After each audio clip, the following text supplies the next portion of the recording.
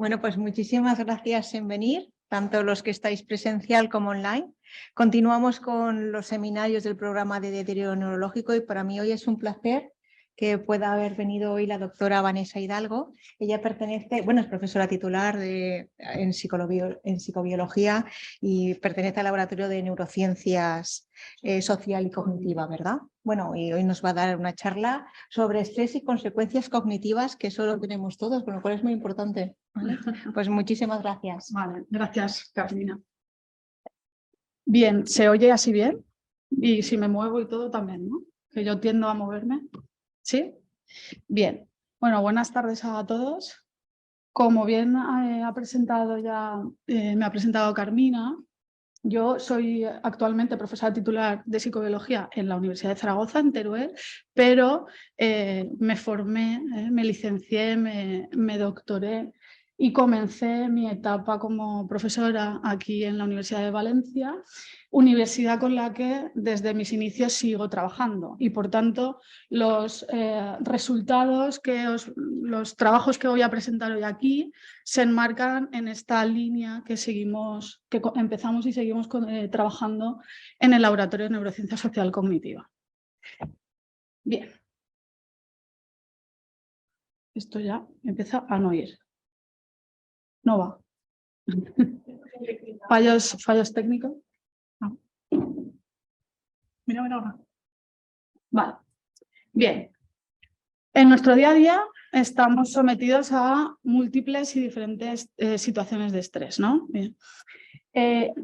Nuestro organismo despliega una serie de cambios fisiológicos para hacer frente de forma óptima a estas situaciones de estrés, ¿vale? Con el objetivo de salir airosos de esa situación de amenaza. Por tanto, podemos decir que esta respuesta se considera adaptativa. Pero ¿qué ocurre cuando esta respuesta o estas situaciones se cronifican en el tiempo o se presentan de forma repetida y continuada? Pues que esta respuesta, que a priori, ¿no?, a corto plazo es adaptativa, es buena, pues a largo plazo tiene consecuencias negativas para la salud. Tanto es así que la Organización Mundial de la Salud considera el estrés como un factor o un problema significativo de salud en este siglo. Y en este sentido, en nuestro laboratorio nos hemos centrado sobre todo en estudiar la implicación que este estrés pueda tener, sus asociaciones, ¿vale?, con la función cognitiva. ¿Por qué con la función cognitiva? Porque pensamos que es una función que es importantísima para el desempeño, para la independencia del individuo y, por tanto, si se ve afectada estas funciones cognitivas, bueno, pues tendrá repercusiones importantes, sobre todo para el individuo, pero también para la sociedad en general. Bien, sabemos que hay diferentes tipologías de estrés y nosotros nos hemos centrado sobre todo en el estrés de tipo social por lo cotidiano que es en nuestra especie, ¿vale? En especies superiores pues estamos sometidos más a este tipo de estrés, ¿no? Reuniones de trabajo, exposiciones orales, exámenes académicos, etcétera, ¿no? Y bueno, pues se considera que este tipo de estrés puede tener efectos psicológicos y fisiológicos que pueden ser cualitativamente muy diferentes a otros tipos de estresores más físicos o biológicos. Por tanto, en nuestro laboratorio también nos hemos centrado en este tipo de estrés. Bien. No se ve lo de arriba, pero ponía qué características tiene que tener una situación o un estímulo para considerarse estresante. Pues bien, que la situación sea nueva para el individuo, que sea impredecible y que por tanto pues, el individuo tenga una falta de control sobre la misma. Pero también que sienta amenazado su ego porque le estén evaluando terceras personas. Todo esto, en principio, a la mayoría de las personas nos haría percibir la situación como estresante. Aunque es cierto que existen diferencias individuales importantes, ¿vale? La misma situación puede ser estresante para una persona, pero no para otra. O también dentro de la misma persona, en un momento de su vida determinado, puede ser muy estresante una situación, pero no en otro momento, con otra experiencia. Por ejemplo, para mí, por ponerme de caso, la primera vez que hice una presentación en público pues pudo ser mucho más estresante que hoy, que ya tengo cierta experiencia, ya no es nueva para mí, ya no es tan impredecible, sí las preguntas, pero bueno, ya tengo más control sobre la situación, aunque estas características todavía sí que las estoy experimentando y por ello pues también mi percepción de la situación es algo estresante, ¿vale? Bien. Numerosos estudios han demostrado que el estrés afecta a las funciones cognitivas, ¿vale? Y en nuestro laboratorio, sobre todo al principio, cuando empezamos con esta línea, nos centramos en la memoria, ¿vale? El dominio de memoria y sobre todo también memoria de tipo declarativo, aunque luego os daré resultados de otros tipos de memoria, ¿no? Pero, ¿por qué el estrés afecta a la memoria? ¿Qué mecanismos explicarían esta afección, ¿no? Este efecto? Pues en un primer momento, cuando el individuo percibe la situación como estresante, se activa el sistema nervioso simpático y se liberan, por tanto, catecolaminas, ¿no? Y estas son las responsables de esos cambios que se producen fisiológicos, ¿no? El aumento de la tasa cardíaca, la tasa respiratoria, la dilatación de pupilas, etc. Y estos cambios fisiológicos son los propios que se despliegan en esta respuesta que conocemos como lucha-huida, ¿no? El individuo en ese momento tiene que hacer frente a esa situación o bien luchando o bien huyendo, ¿no? Pero entonces, ¿cómo este sistema, cómo estas catecolaminas pueden afectar a la función cognitiva? Es verdad que las catecolaminas no atraviesan la barrera hematoencefálica, pero esa adrenalina periférica actúa a través de receptores beta-adrenérgicos que a su vez activan neuronas ascendentes del nervio vago que proyectan al núcleo del tracto solitario que a su vez sinaptan con la amígdala base lateral, que es la responsable del procesamiento de memorias de tipo emocional. Bien, nosotros estudiamos estrés en el laboratorio sobre todo.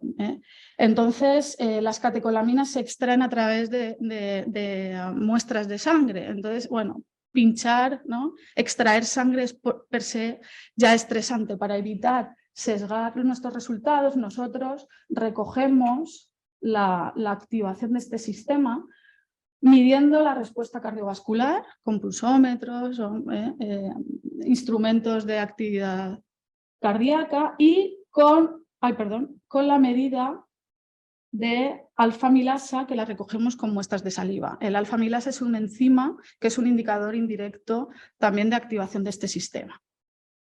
Bien, ya tenemos una vía. La siguiente sería a través de la activación del eje, ¿no? Una vez que se despliega, ¿no?, esta respuesta de estrés, se activa el sistema nervioso simpático, a los 20-30 minutos se activaría... ¡Ay, qué sensible es el puntero! Se activaría el eje hipotálamo hipofiso adrenal y como consecuencia de la activación de este eje se liberan grandes cantidades de cortisol. Bien. No solo contamos con niveles altos de cortisol cuando estamos ante una situación estresante. En condiciones basales, el cortisol sigue un patrón circadiano de secreción. Esto quiere decir que alrededor de 24 horas se secreta, ¿vale? De manera que a los 30 o 45 minutos tras despertar se da un pico máximo que en principio se piensa, y digo se piensa porque tampoco se tiene clara la funcionalidad de esto, que prepara al individuo para hacer frente a todas las demandas del día a día, ¿vale? Tras este pico, estos niveles de cortisol, si no hay situaciones estresantes a lo largo del día, ¿vale?, lo natural es que vayan descendiendo hasta alcanzar los niveles más bajos al dormir. Y durante la fase del sueño, estos niveles volverían a incrementarse y de esta manera, ¿vale?, bueno, tendría lugar este patrón circadiano. Este patrón atiende a un patrón circadiano de cortisol saludable, ¿vale? ¿Qué ocurre cuando una persona, por ejemplo, es expuesta a estrés crónico? Pues que no se observa dicho patrón, ¿vale? Entonces se tiende a ver un patrón más aplanado. Por ello, indicadores extraídos de este patrón, como puede ser la respuesta matutina de cortisol, este pico o CAR, conocido por sus siglas en inglés, Cortisol Awakening Response, o esta pendiente diurna de cortisol, el Diurnal Cortisol Slope, o también los niveles al despertar de cortisol o al dormir, están considerándose en los últimos años como biomarcadores, índices que nos pueden dar información acerca de esta exposición a estrés crónico. Bien, estábamos en por qué el estrés puede afectar, qué vía podría explicar, qué mecanismo explica esta relación estrés-memoria o función cognitiva. Pues bien, el funcionamiento del eje, tanto a nivel basal como ante situaciones de estrés, está controlado por las mismas estructuras cerebrales, que no se ven ahí, pero el hipocampo, la amígdala y el córtex prefrontal, que también están involucradas en diferentes procesos cognitivos. Por ejemplo, el hipocampo está implicado en el procesamiento de memorias declarativas, la amígdala, ya he dicho, en procesamiento de memoria emocional, y el córtex prefrontal en atención, funciones ejecutivas, working memory. Pues bien, cambios en los niveles de cortisol como consecuencia de exposiciones a diferentes situaciones o como consecuencia de este perfil provocarán cambios en estas estructuras que a su vez provocarán cambios en el rendimiento de los diferentes dominios cognitivos. Bien, el cortisol ya sabemos que es una hormona esteroidea, liposoluble, es decir, a diferencia de las catecolaminas sí que puede atravesar la barrera hematoencefálica y, por tanto, ejerce su efecto tanto a nivel periférico como a nivel cerebral. ¿Paro? Sí, no, a ver si vale. te hace más sencillo. No, yo por mí bien. Bien, a nivel cerebral actúa, por tanto, uniéndose a receptores específicos para él, ¿vale? Los tipo 1 o mineralocorticoides, mineralreceptores y los tipo 2 glucorreceptores. Las principales diferencias entre ambos son dos. Una es la afinidad por el cortisol, por los glucocorticoides, y otra es la distribución. En cuanto a la primera, se sabe que los primeros tienen una alta afinidad, una mayor afinidad que los segundos. Por tanto, ¿esto qué quiere decir? Que en niveles basales o con niveles bajos o moderados primero se activarían este tipo de receptores. Sin embargo, ante situaciones de estrés o con este pico máximo, este CAR, ¿vale? Los mineraloreceptores ya estarían saturados y por tanto se activarían los tipo 2. Y la otra es la localización, mientras que los primeros se encuentran distribuidos en el sistema límbico, los segundos tanto en estructuras subcorticales como corticales, como por ejemplo la corteza prefrontal. Estas dos diferencias explican por qué a diferentes niveles de cortisol en diferentes situaciones, basal o ante situación de estrés, pueden afectar de diferente manera a diferentes funciones cognitivas. Bien, en lo que respecta ya a los efectos del estrés sobre la memoria. Bien, pues los resultados al respecto son muy complejos. Y son complejos porque existen múltiples factores que están mediando o están interviniendo en esta relación, en este tándem de estrés-memoria.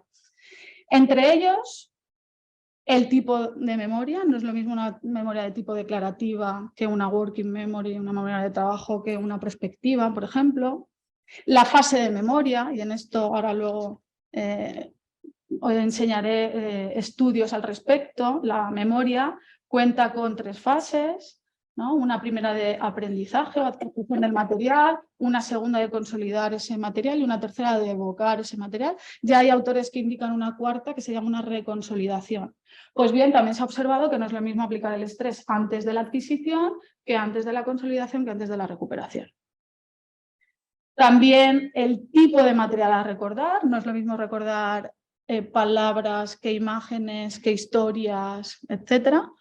Y la valencia del material a recordar, tampoco es igual que sea el material de tipo neutro, que sea negativo, que sea positivo, ¿vale? Pero además también hay características del individuo a las que hay que atender.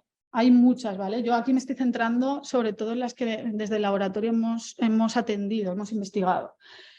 Una sería la edad de los participantes y otra el sexo. Hasta la fecha o hasta el momento en el que nosotros comenzamos con esta línea de trabajo, los estudios que había en la literatura eran principalmente en personas jóvenes, chicos. ¿Qué ocurre? Que los chicos, cuando se están estudiando hormonas, pues son más sencillos de estudiar, porque las mujeres contamos con este ciclo menstrual que altera, ¿no?, nuestras hormonas a lo largo del mes. Por tanto, claro, si incluimos mujeres en las fases ¿no?, en los experimentos, pues necesitamos controlar la fase del ciclo menstrual y también el uso o no de anticonceptivos. Pues nosotros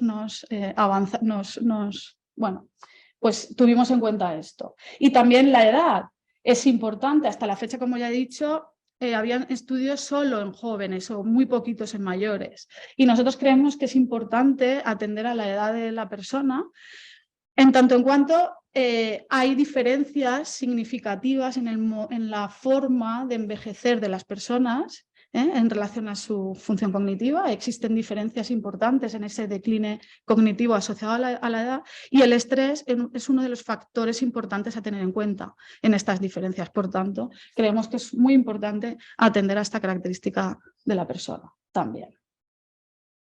Bueno, y luego también si el estresor es agudo o es crónico. Bien, ¿qué tipos de estresores utilizamos? Nosotros sobre todo hemos utilizado uno que es el Trier Social Stress Test, que es ampliamente utilizado y está estandarizado, es de tipo psicosocial. Y este consiste principalmente en hacer un discurso libre delante de una audiencia y luego una tarea aritmética, ¿vale? Este es el que hemos utilizado desde el inicio, principalmente, pero bueno, también hemos utilizado otros, aunque en menor medida. Este otro sería el Maastricht Acute Stress Test, que este primero sería de tipo psicosocial y el segundo combina estrés físico porque supone meter la mano en agua fría junto con una tarea aritmética.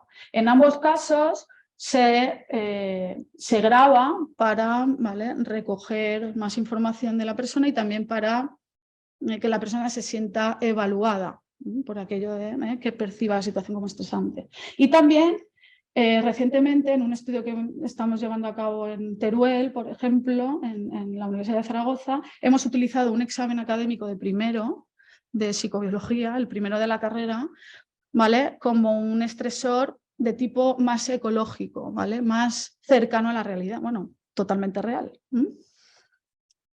Bien, ¿cómo recogemos las muestras para evaluar luego cortisol, alfamilasa y las diferentes hormonas? Pues recogemos muestras de saliva o también muestras de cabello. La principal diferencia entre ambas es que la información que nos da es distinta. Mientras que las primeras nos dan información de los niveles hormonales o enzimáticos de ese preciso momento, es la foto fija de ese momento, las muestras de cabello, sin embargo, nos dan información acerca de la exposición a esa hormona hasta los últimos 3 meses, según la longitud del cabello que cortemos. Bien, ¿cómo evaluamos la respuesta del estresor? En nuestro caso la evaluamos a diferentes niveles. A nivel psicológico, pues mediante escalas y cuestionarios de ansiedad, estado de ánimo positivo, negativo, de valoración de la tarea. A nivel endocrino, ya he dicho, pues con la actividad del eje, con el cortisol, enzimático, alfamilasa. A nivel cardiovascular con la frecuencia y la variabilidad cardíaca. Estas dos últimas pues, nos dan información acerca de la actividad del sistema nervioso simpático, y también a nivel conductual. Consideramos que es muy importante también la conducta no verbal del individuo, ¿vale? Bien, ¿qué participantes solemos estudiar? ¿Vale? Solemos estudiar, o por lo menos al inicio de la línea, sobre todo, participantes sanos de 2 grupos de edad, porque nosotros siempre intentamos comparar la edad y de los 2 grupos, o sea, de los 2 sexos. ¿Vale? Entonces, un grupo de entre 18 y 35 años para los jóvenes y un grupo de entre 55 y 75 años para los mayores. Y aplicamos una serie de criterios de exclusión muy restrictivos, porque lo que buscamos es controlar bien que estas personas sean sanas, ¿vale? Por tanto, pues no fumar más de 10 cigarrillos al día, no abusar no abusar de drogas o alcohol, no tener problemas visuales y auditivos que les impidan realizar las tareas, no tener enfermedad neurológica, endocrina, psiquiátrica importante, y no tampoco no utilizar, estar bajo la medicación que pueda influir en alguna de las variables objeto de estudio. Y en el último año no haber sido anestesiado a nivel general, ¿vale? Ni haber sufrido una situación estresante tanto positiva como negativa, que no le haya tocado la lotería como positiva o que no haya vivido la defunción de un familiar cercano, por ejemplo, ¿vale? Pero bueno, también digo que bueno, esto es principalmente nuestro tipo de participantes, pero también a nivel muestra clínica en colaboración con la Universidad de Murcia, hemos estudiado a niños con dislexia y jóvenes con fobia social. Y en mayores, mayores diagnosticados de diabetes tipo 2, con deterioro cognitivo ligero. Y actualmente nos estamos centrando sobre todo en el estudio de personas que se quejan de forma subjetiva de memoria, ¿no? Tanto en jóvenes como en mayores. Bien. Ahora ya en esta parte, me voy a centrar en 3 trabajos que realizamos sobre los efectos del estrés agudo, sobre la memoria de tipo declarativo, atendiendo siempre a la edad, comparando hombres, mujeres mayores y jóvenes y mujeres y hombres, ¿vale? En las diferentes fases de la memoria, ¿vale? Por ello, realizamos 3 estudios en el que pues, el estresor fue aplicado antes del aprendizaje, durante la consolidación y antes de la recuperación, para pillar los efectos en las diferentes fases. En general, bueno, todos nuestros participantes son voluntarios, los reclutamos de diferentes grados de la universidad y a los jóvenes y a los mayores suelen ser de la NAUGRAN, de este programa específico para ellos de la universidad, porque consideramos que pues están activamente, ¿no? Son activos tanto física como cognitivamente, ¿no? Y bueno, en general, pues en el primer estudio fue un diseño intrasujeto y por ello pues el número de participantes fue menor. En el segundo y en el tercero fue mayor y como podéis ver, las muestras están equilibradas más o menos en edad y en sexo. Bien, ¿qué encontramos cuando aplicamos el estresor antes del aprendizaje? Bueno, antes de ello, que me he adelantado, siempre en estos trabajos les damos a los participantes instrucciones previas, ¿vale?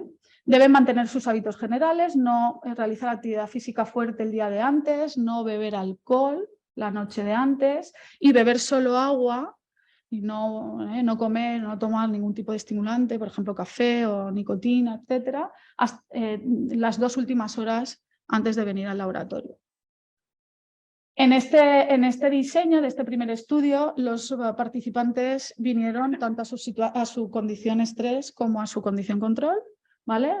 Que autorizamos. Y la memoria declarativa la estudiamos con el RAVELT, ¿vale? Una lista, no sé si la conocéis, una lista de 15 palabras neutras, ¿vale? Que se le piden durante 5 ensayos a la persona que evoque el mayor número de palabras posible. Tras estos 5 ensayos hay un ensayo de distractor y tras este se le vuelve a pedir que vuelva a evocar esta lista previa inmediatamente tras este distractor y a la media hora, ¿vale? Y luego también realizamos en este caso una tarea de reconocimiento. Y bueno, esto no me voy a detener mucho, pero es un procedimiento tipo en el que, como veis, hay una fase siempre. Nuestros diseños tienen una fase de habituación al laboratorio, suele durar 15 minutos, ¿vale? Y tras esto, pues bueno, en este caso tuvo lugar o el estresor o el control, luego una fase de recuperación y ya tuvo lugar la memoria. Bien, ¿qué encontramos en cuanto a la respuesta de alfa-amilasa? Pues en este caso encontramos que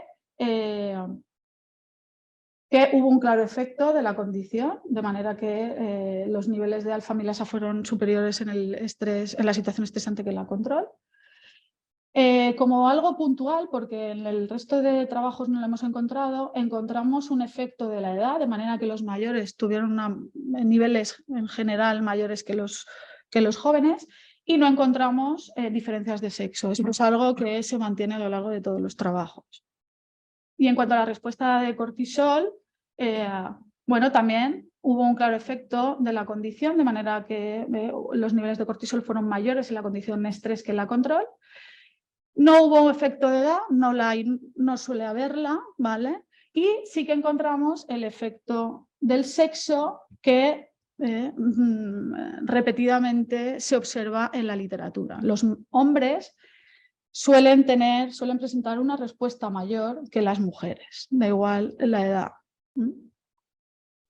Bien, en cuanto al rendimiento en la memoria, pues obviamente los mayores en general rindieron peor. Sin embargo, el estresor aplicado antes de este aprendizaje empeoró solo un aspecto muy concreto, que fue la interferencia retroactiva en los mayores, ¿vale? Este ensayo atiende a este recuerdo tras la interferencia. Bien, ¿qué ocurre cuando aplicamos el estresor antes de la consolidación? Aquí, claro, aquí el diseño cambia ligeramente. Aquí tienen que venir 2 días consecutivos, ¿vale? Al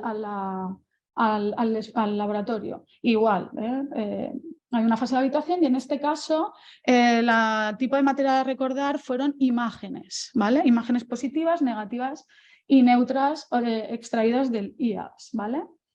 Y bueno, una vez que aprendían, durante la consolidación de este material aprendido, les aplicábamos o bien la situación en la condición estrés, o sea, en la tarea estrés o control. Bien, y 24 horas más tarde venían, se habituaban otra vez al laboratorio y luego les pedíamos que recordaran las imágenes aprendidas el día anterior. ¿Qué encontramos? En cuanto a la respuesta psicológica, hubo un claro efecto de la condición, de manera que el estado de ánimo disminuyó o fue menor en la condición estrés, sin embargo, que en la control, sin embargo, aumentaron los niveles de estado de ánimo negativo y de ansiedad. En cuanto a la respuesta de cortisol, de nuevo encontramos un efecto claro de la condición, mayor en la situación estresante que en la control. No hubo efecto de edad y de nuevo volvemos a encontrar ese efecto del sexo, ¿vale? Más en hombres que en mujeres. En cuanto al efecto sobre la consolidación de este tipo de material, no encontramos efecto, ¿vale? No afectó a imágenes ni positivas, ni negativas, ni neutras. Esto es un resultado que, bueno, en general va en contra normalmente en la literatura se suelen encontrar efectos de mejora del estrés sobre la consolidación, aunque también es cierto que es dependiendo, ¿no?, de los niveles de cortisol. Bien, y por último, ¿qué encontramos cuando aplicamos el estresor antes de la recuperación? Aquí el diseño sería ligeramente parecido, el mismo porque también tiene 2 días consecutivos. Al laboratorio el material a recordar es el mismo, ¿vale? Entonces el primer día aprenden y el segundo ya se habitúan al laboratorio y ya realizan la tarea estrés o control. Y después de una fase de recuperación les pedimos que recordaran de forma libre o con reconocimiento estas imágenes. Bueno, de nuevo, la respuesta de alfa, ¿vale?, es la esperada, mayor en situaciones estrés que en control, y no hay diferencias ni de sexo ni de edad, y del cortisol igual, ¿vale?, mayor en la situación estrés que en el control y con ese claro efecto del sexo. En este caso, el estresor cuando es aplicado antes de la recuperación sí que deterioró o afectó negativamente al recuerdo libre de imágenes tanto emocionales como neutras, pero solo en un subgrupo, en el grupo de hombres jóvenes, en línea con la literatura previa, ¿vale? Y además, este efecto estuvo asociado a los niveles de cortisol, es decir, aquellos hombres jóvenes con mayores niveles de respuesta de cortisol al estresor presentaban una peor ejecución o un peor recuerdo de este tipo de imágenes. Sin embargo, en todos el estresor deterioró también el reconocimiento de imágenes positivas. Sin embargo, aquí no estuvo relacionada con la respuesta ni de cortisol ni de alfa-amilasa. Bien, eso es en cuanto a la memoria declarativa, y ahora muy rápidamente también voy a explicar qué hemos encontrado con otros tipos de memoria, como por ejemplo la memoria no declarativa de tipo priming o memoria de trabajo y prospectiva. En relación a la memoria de tipo no declarativa, no sé si sabéis, bueno, consistió en una tarea en la que el experimentador leía, creo recordar, 26 palabras a la persona. Tras esta había una tarea distractora muy breve y tras esta se le presentaba al participante un folio con 52 inicios de palabra. No digo raíces porque eran solo las 3 primeras letras. Y en principio cabe esperar que la persona, estaban las 26 que se habían leído antes, ¿no? Se le pedía a la persona que evocara que la completara con la primera palabra que le viniera a la cabeza. Entonces, en principio, las 26 leídas pues tendrían ese efecto, ¿no?, facilitador. Cabría esperar que esas aparecieran. Pues bien, el estresor mejoró el rendimiento en esta tarea y además esta mejora estuvo relacionada, solo en jóvenes, ¿vale? Esta mejora estuvo relacionada de forma positiva con la respuesta de alfa. A mayor respuesta de alfa al estresor, mejor rendimiento en esta prueba. En cuanto a la memoria de trabajo, encontramos que el estrés en la tarea del DigitSpan, que sabéis que tiene dos subtests, el forward o directo, que recoge más un componente atencional de la memoria de trabajo, y el backward, el inverso, corresponde más al componente ejecutivo de este tipo de memoria. Pues bien, encontramos que el estrés solo mejoró el componente atencional solo en mujeres, tanto jóvenes como mayores. Y además, en mayores, esta mejora se relaciona de forma positiva con los niveles de cortisol circulantes, no con los en respuesta al estresor. Y por último, estos son datos muy preliminares. Estamos ahora bueno, pues, interesados en estudiar la memoria de tipo prospectiva, la memoria prospectiva, y en este caso encontramos estas figuras están hechas con datos preliminares, creo que serían 40 o cosas así. Bueno, encontramos un claro efecto de la edad, de manera que los mayores rinden peor en esta prueba, ¿vale? Tanto en la memoria prospectiva con claves de tiempo o eventos, ¿vale?, o la total.